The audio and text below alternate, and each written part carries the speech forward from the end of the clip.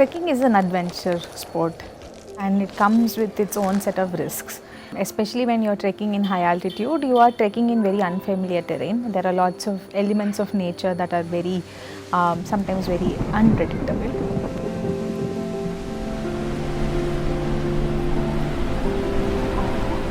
So when that is the case, safety is a huge factor that people do consider when they book for any trek. Whether am I going with an organization that puts safety at the core of everything that they do is a natural question that most trekkers have in their mind.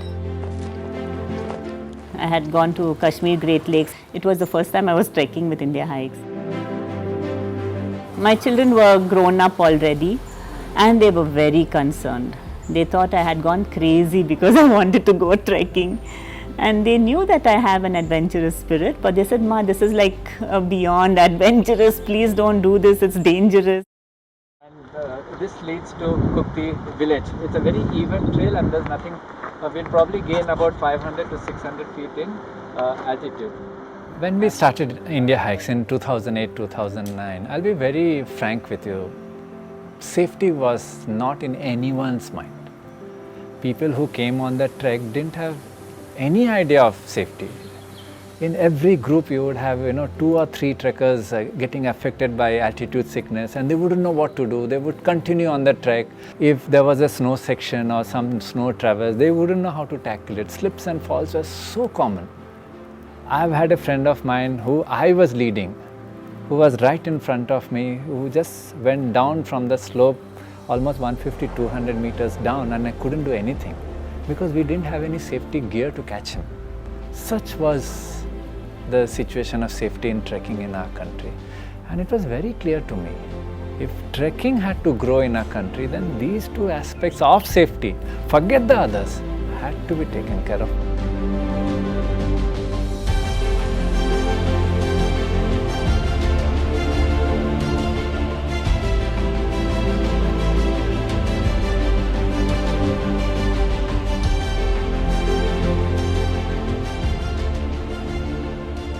Safety in fact comes in with when 3 things are in place: the people, the processes and the equipment that you use. These 3 need to be in equal measure. You can't have one more than the other.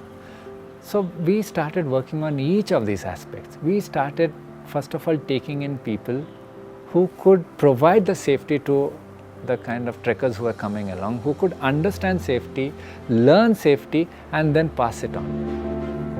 It required rigorous training. That's where the processes started coming in, our safety processes. We consulted some of the top people in the world, in the globe, to help us with the safety processes. And finally, we started working on the equipment as well. So all this world-class equipment that you see in our country, from the smallest to the biggest, we started slowly bringing them into trekking in our country. How safety is ensured on a trek depends on the kind of people we work with. And when I am training a trek leader for safety, my ultimate goal is that I should not have any of my trekkers go through any risk. And we train our trek leaders for that. Our teams, even our guides go through training. We choose the right kind of people who can take this training and also deliver this training. That also is very important. So actually, to start with, it starts from choosing the right people to work with. 10 years ago, when we used to take people, we would see their interest in the trekking world. We would see if they were fundamentally interested in being at Indiahikes, and that was the primary reason. We would give them training, but they were more of on-the-job training. Now things have totally changed. If you don't do 7 or 8 months of training, you can't even be called a trek leader at Indiahikes. Largely, it doesn't just depend on trek leaders, but also depends on the team that goes with the trek leader.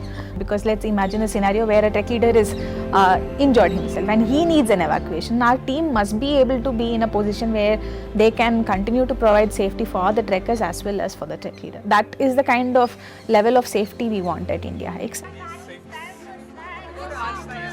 Our trek leaders, as you know, are trained in such a way that they look out for, cues like body language. If a person's uncomfortable, They are also trained to help people open up and speak about things that may be disturbing them. It's also mentioned in the beginning that if anything is troubling you, you feel free to come to me.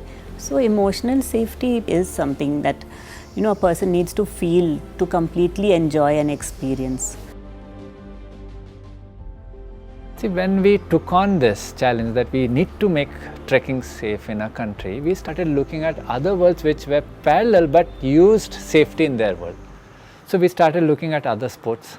We started looking at the medical world, and then we started finding parallels from their world in our trekking world, and inspired by that we started bringing in safety processes and systems and equipment to trekking in our country.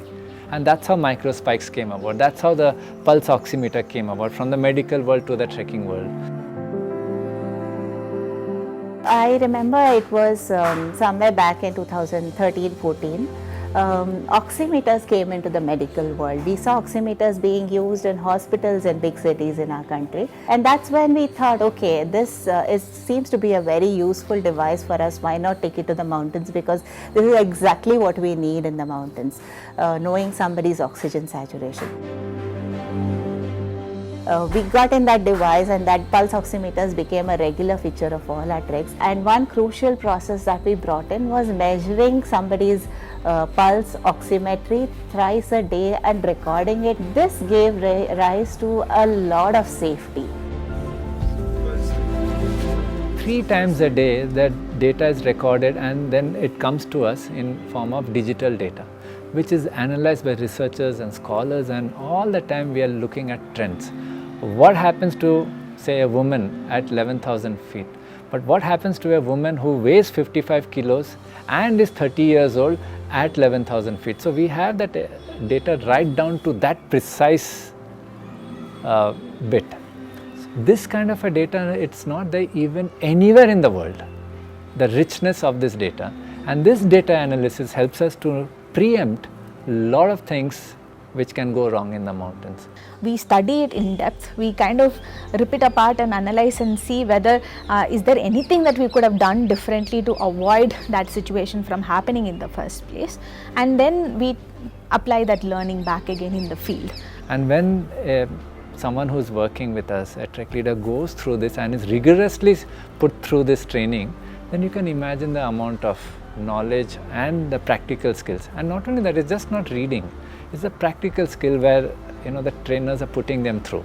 It's basically doing it again and again and again, so much so that it becomes a muscle memory for our trek leaders.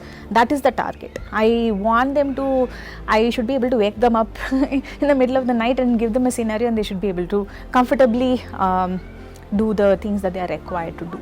And I think that is the extent to which we provide training for our trek leaders.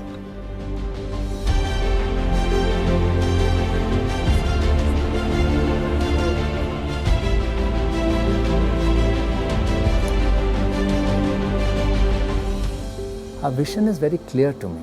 Everyone must trek, because I have seen how trekking can transform a life. Thousands of trekkers, I have seen them, who they were before, and after a trek they become changed people. And this is something that we want to encourage, and this is something which everyone must go through. And that's why everyone must trek. But everyone must trek keeping in mind safety. Whether they trek with us or by themselves, they must trek safely. There is no two ways about it. But to do that, the safety systems of the organization needs to be in place. I know that it is more or less regarded across the country that Indiahikes is the safest trekking organization. But we are not sitting on it. Our entire department, our entire team of people are working on to see what the future of safety can be. And this is an endless journey. 5 years from now, you'll hear me saying the same thing. And that's how it must be. Safety cannot have a full stop. But what it can have is that quest to make the treks more and more safe. And that's how I see it.